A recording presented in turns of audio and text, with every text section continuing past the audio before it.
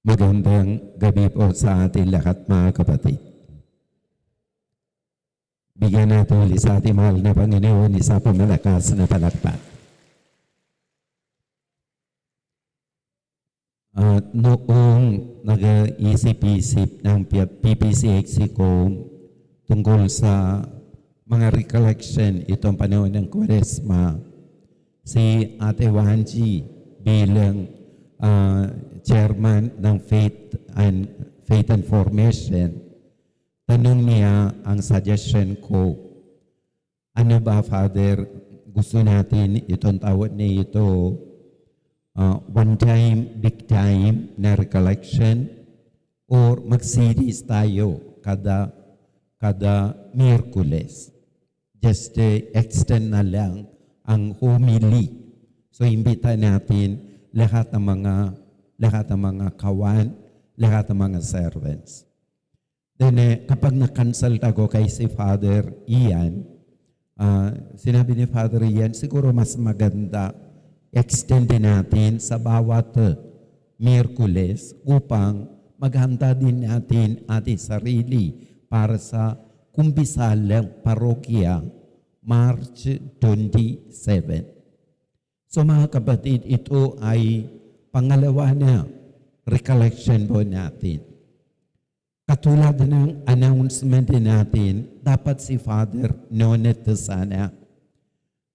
Kapag tapos na line-up, then right away texted Father Nonet. Since dating kura paroko natin, magaling siya, magaling at exorcist pa. Exorcist pa siya. So, sabi ko, marami din ang mga kaibigan, mga followers ni Father Nonet dito sa ating parokya. Ako din, malapit ako sa kanya. Siya din malapit sa akin. Ganun po. Talagang very close po kami. Pero it so happened that may sakit siya. Kahapon nag-text siya.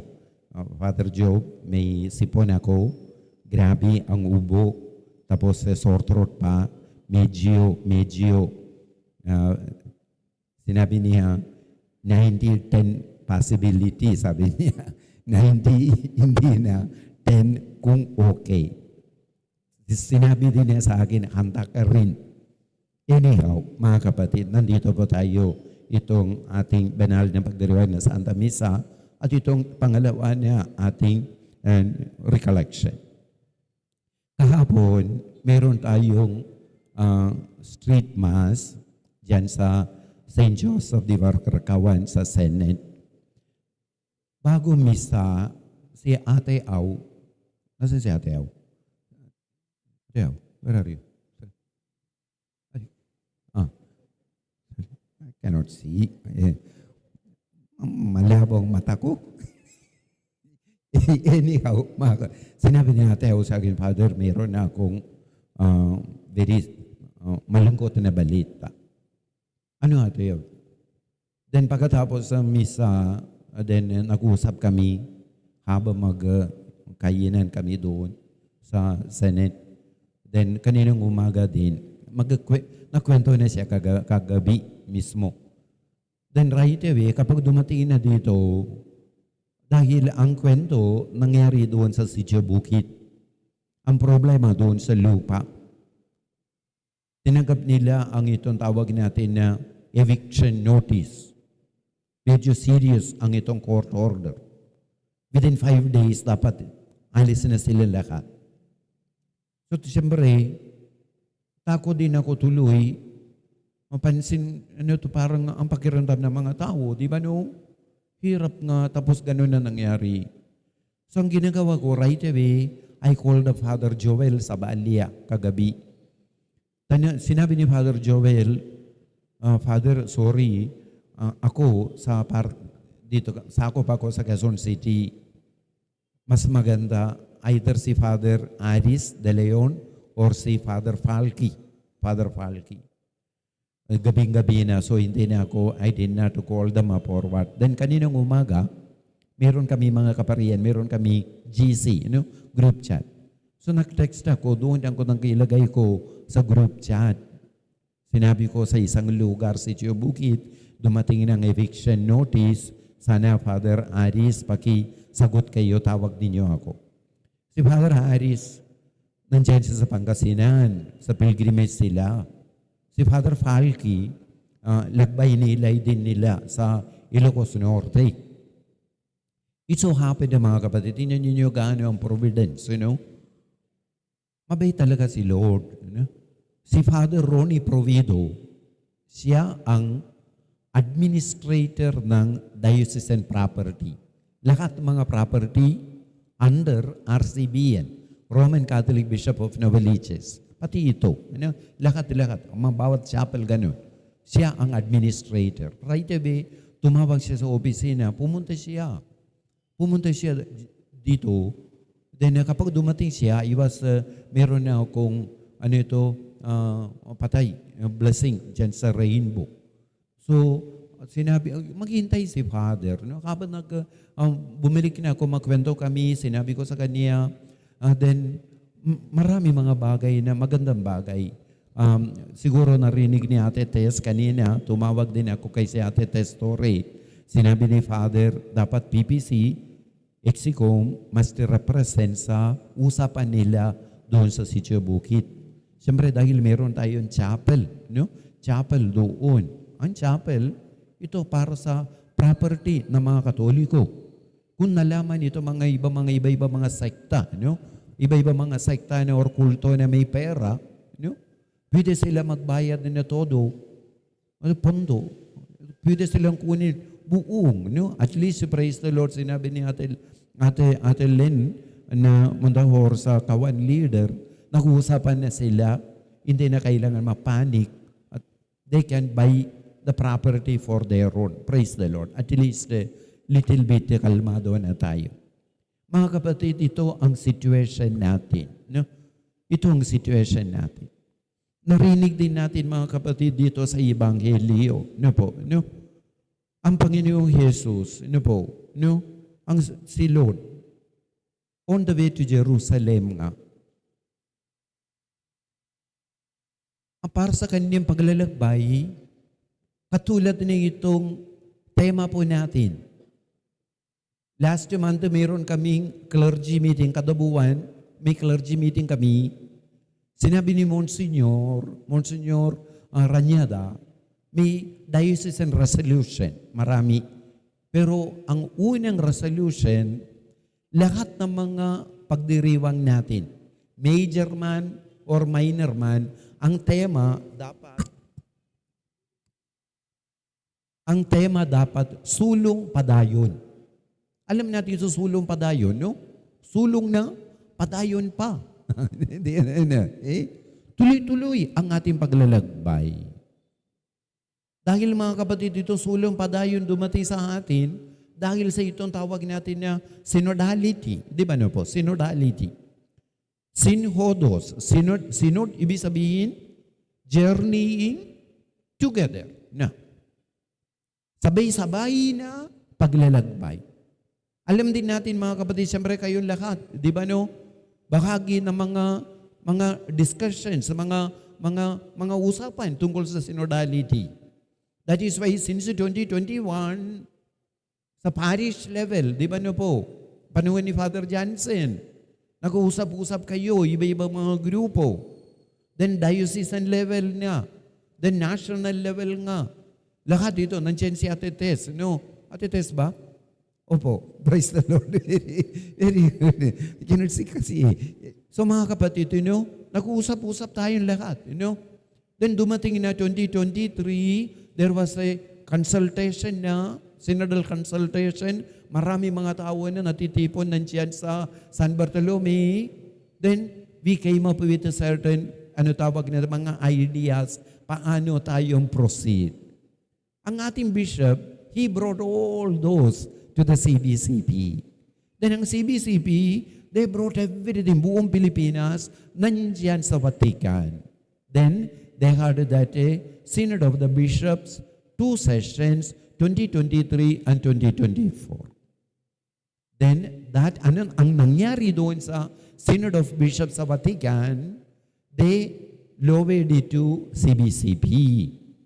Last year, ang CBCP, alam natin ano ibig sabihin CBCP, no? Catholic Bishops Conference of the Philippines. Natitipon nila plenary nandyan sa Bohol. Then, they came with a team. Alam natin, ang team, mga kapatid, ay sulong padayon. Di ba na po? No? Sulong, padayon, tinig, tawag, tawid, tanaw, tapak, tindig, tapos tipana. Sulong padayon. Tinig na, then tawag nga. May noise, voice nga. Atong voice, mga kapatid, galing sa somebody is calling us. Upang sino ba tawag sa akin? Siyempre, tawid ka. Tawid ka. Upang makita. Di ba? Upang makita, siyempre, lakad ka. No, may tapak nga, tindig nga, then may tipan, may covenant nga. Itong covenant nga ito, mga kapatid, itong tipan na ito ang sulong padayon. Kahit ano nangyari, tuloy-tuloy ang ating paglalakbay. Ito rin nangyari nandyan sa Ebanghelyo. Ang Panginoong Jesus at kanyang mga alagad, mga kapatid, pupunta na sila nandyan sa Jerusalem. Kapag doon, mga kapatid, habang naglakad, magkwento si Jesus. Sinabi ng Panginoon, hindi ata magandang nangyari sa akin nandyan sa Jerusalem. Ang mga matanda ng bayan at mga ipagkakanulo, they will hand me over to the handle. Papatayin nila. Talagang Panginoon Jesus, no? He opened His heart, no? He opened His heart to His disciples. Pero ano nangyari? Nandiyan na si Mrs. Sabadi. Asawa ni Sabadi. Nanay ni James and John, di ba no po? Pumunta siya sa Panginoong Jesus. Lumuhod siya sa harapan niya. At sinabi niya, sana kapag darating ka sa kaharian mo, sana itong dalawang anak ko nandyan sa kanan at kaliwa mo. Anong gusto niya? Speaker at President of the Senate? Speaker of the Congress, As President of the Senate. Imagine, mga kapatid. Siyempre kapag narinig nila itong sambunan dyan, nag-aaway sila.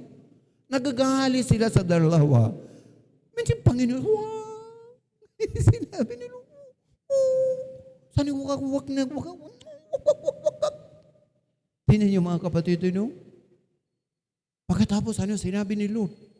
Tanong niya sa itong dalawa, kaya ba ninyo inimin ang kopa ko? Kopa ng hirap ko. Kahit sinabi nila, opo.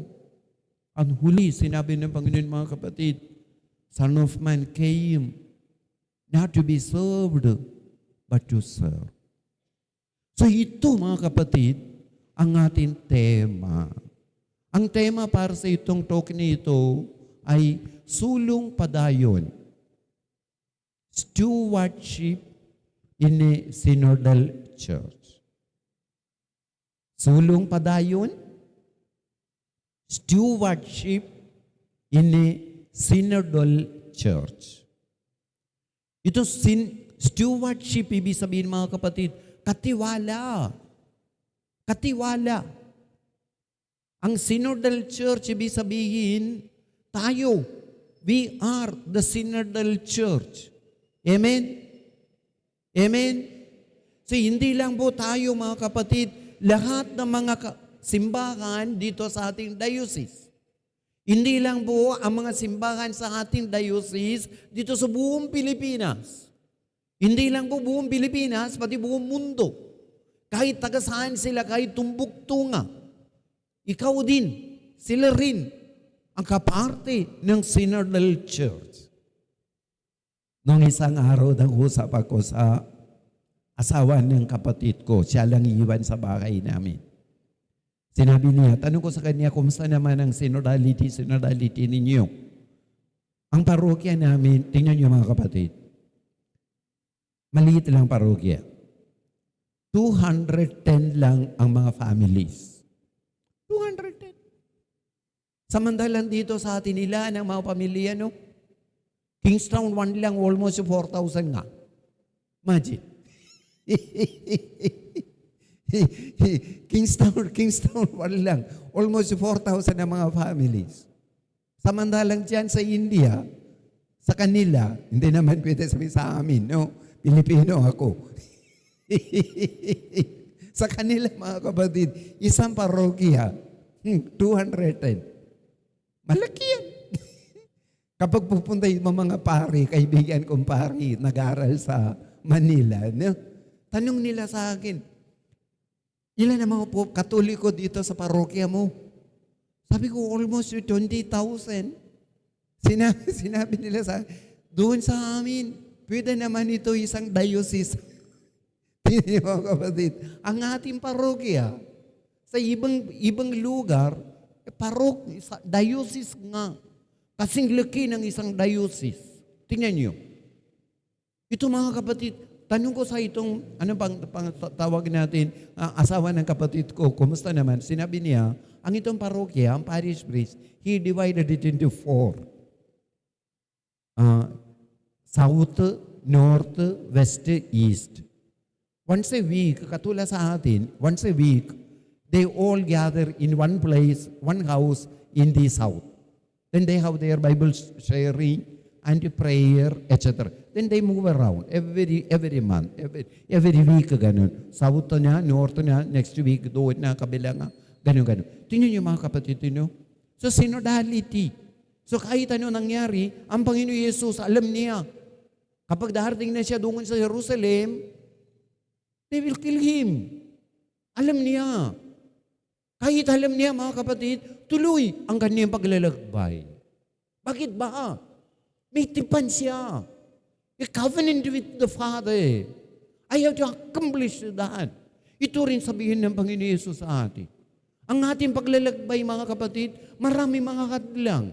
Siguro nangyari nandiyan sa tawag natin sa Sitio Bukid. Pero noon dumating na si Bishop, di ba no, may pastoral visit, at least, sinabi nila kay si Bishop, i-intimate nila, sinabi ni Ate Tess sa akin kanina, meron na, may palak sila. So mga kapatid ninyo, minsan siisip natin, hindi na matuloy, ay atras na lang ako. Atras na lang, hindi ko kaya. Mahirap ako. Ayoko. Kung ayaw, paano nga nangyari itong synodality sa atin? Kung puro takot tayo mga kapatid, paano nangyari sa atin? That is why kahit ano nangyari, katulad ni Jesus, tayo mga kapatid, tuloy. Sulong. Tayo. That is what Jesus is showing to us. So mga kapatid, we established already ang ating simbahan, katulad sa lahat ng mga simbahan dito sa diocese, buong Pilipinas, buong mundo, the universal church, we are also a synodal church. Amen? Dahil tayo mga kapatid, sabay-sabay po tayong ating paglalakbay, kahit anong nangyari. Kahit anong nangyari, sulong padayon. So that is synodal church. Ngayon mga kapatid, sino ba itong steward? Sino ang katiwala? Ako lang ba? Si Ate Tess lang? Si Ate Au lang? Si Ate Vanji lang? O si Ate Natchavas lang dahil siyang PFC chair? Ang Ate Mary Jo, siyang hawak ng stewardship dito sa ating parokya? Sila lang ba? Hindi po. Bawat tao mga kapatid. Kung 20,000 na mga Katoliko dito sa parokya natin, itong 20,000 na ito ay stewards nga. Katiwala. Katiwala ng Panginoon. That is why mga kapatid, itong Ebanghelyo, Hindi lang po sa Ebanghelyo, pati ang unang pagbasa. Hindi ko po alam kung may narinig ninyo mabuti, mga kapatid, ang bagay na sinabi sa Propeta Jeremiah sa kanyang aklat niya, Kapitulo 18, mga kapatid, ano sinabi nila sa ito mga tawag natin, ito mga Israelita, sinabi niya, palayasin natin si Jeremiah dito sa mundong ito. Kaya ang mga eskriba, kaya ang mga saserdote na turuan sa atin.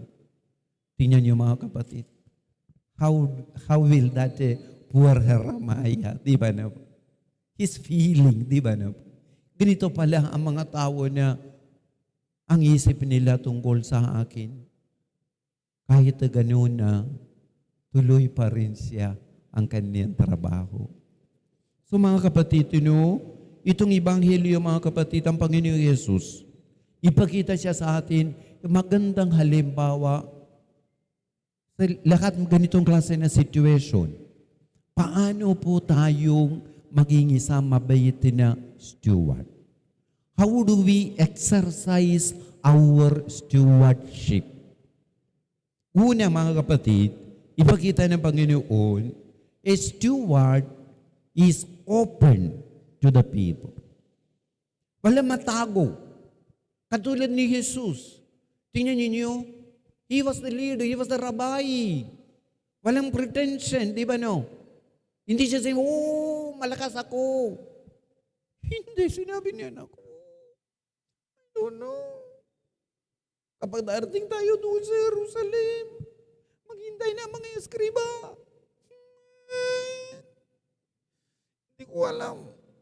Tingnan niyo mga kapatid, ang Panginoon Jesus talaga, He opened His heart to His disciples.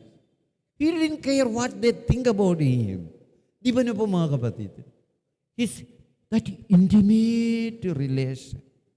That is what the Lord is expecting from a steward, mga kapatid, to that intimate relation. Pero tingnan niyo, habang ipakita ng Panginoon sa kanyang puso sa kanila, ang kanyang feeling sa kanila, ito mga alagad ng Panginoon, di ba no? There is a conflict, mga kapatid, di ba no? There was tawagin natin, sa gospel, mga kapatid, it is two movements.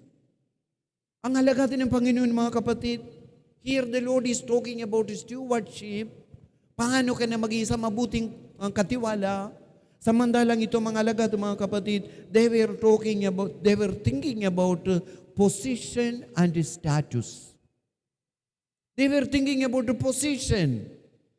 They were thinking about the status nila sa grupo nila, sa kagarian ni Lord. Ambisyoso. Tingnan niyo. Ito mga alagad ng Panginoon. Kasi si Jesus dito, ang leader nila, kraying-kraying, iyak-iyak pa. Uy! Samantalang, kahit wala ka, kami na lang. Tingnan niyo, ang grabe na ito, no? Mga kapatid, samantalang si Jesus, no? The Lord was talking about self-gift, no? The Lord was talking about self-gift. The Lord was talking about service. The Lord was talking about the sacrifice. Ang Son of Man did not come to be served, but to serve. Hindi lang ialay ang kanyang buhay para sa mga, sinabi. Tingnan niyo na po ng mga kapatid. Ang mga alagad ng Panginoon. Steward nga, pero ambisyoso pa. Sabihin ng Panginoon, Jesus sa ating mga kapatid, ang being a steward is open. No pretension. Para sa Kanya, it is all about self-giving. It is all about self-gift. It is all about service, maglingkod. It is all about sacrifice. Amen? Amen? Pangalawa po ay mga kapatid, A steward, he accommodates to all. He includes to all. Everybody. Kahit ang mga tao din nila gusto o hindi. It doesn't matter nga. Katulad si Jeremiah, di ba na po? Akyat ko muna, I want to read once again. Ang sabi ni Propeta Jeremiah, mga kapatid, kawawa tuloy si Jeremiah. Sinabi ni Propeta Jeremiah, kaniyang aklat niya, Kapitulo 18, versikulo 18. Ito na ang mga isip ng mga tao. Tingnan niyo, ang sabi ng mga tao, iligpit na natin si Jeremiah. Iligpit na natin. Palayasin natin siya. Bakit ba?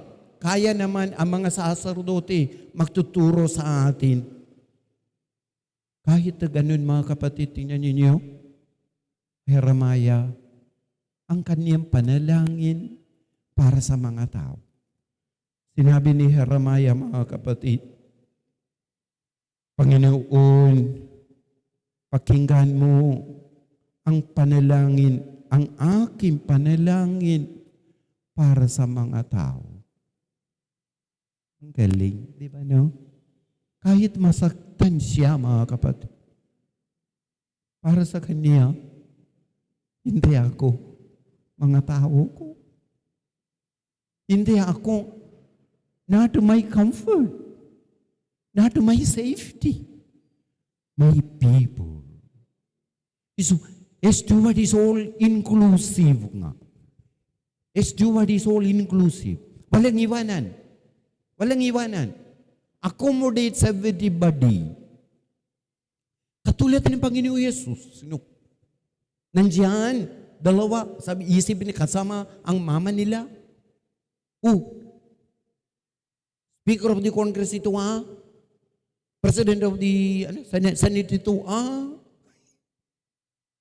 samantalang ito, sambutan siya na, ito mga tatlo niya, paano kami? Ang Panginoon Jesus, kawawa tuloy. Pupunta siya doon, pupunta siya dito.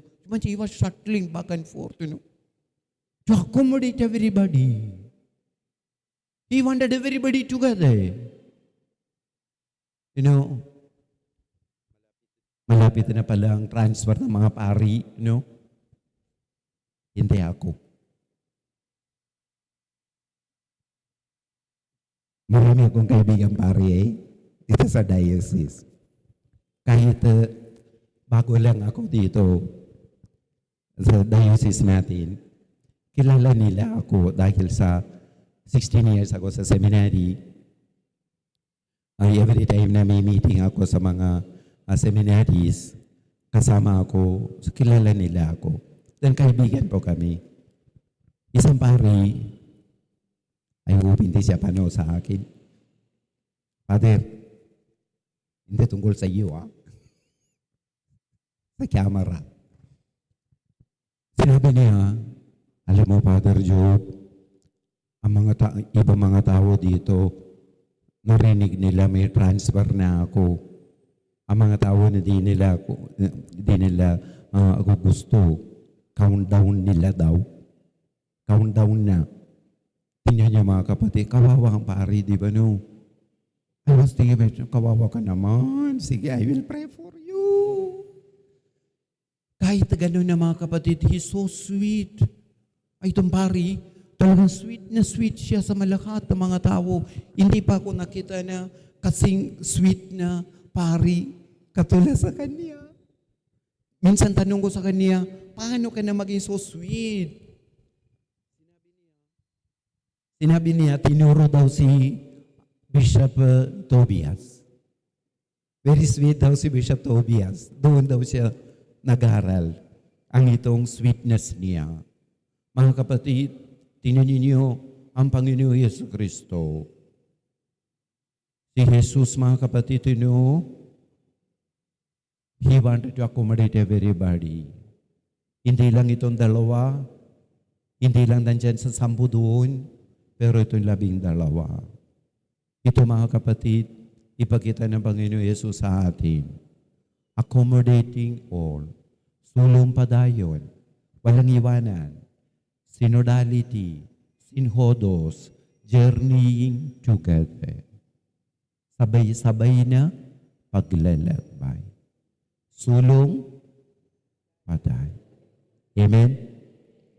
Pangatlong na bagay, mga kapatid, ipakita ng Panginoon sa atin lahat.